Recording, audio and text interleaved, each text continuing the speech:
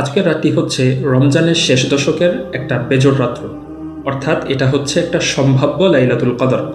আজকের এই রাতটা যদি আমরা ইবাদত করে কাটাতে পারি, তাহলে ৩০ বছর ইবাদত করলে আমরা যেই সোয়াব পাবো, আজকের এই রাতটাতে ইবাদত করার মাধ্যমে ইনশাআল্লাহ আমরা ঠিক সেই পরিমাণ সোয়াব পাবো। আল্লাহু আকবার। আমাদের প্রত্যেকের উচিত আজকের এই রাতটাকে ইবাদতে মশগুল থেকে কাটানো।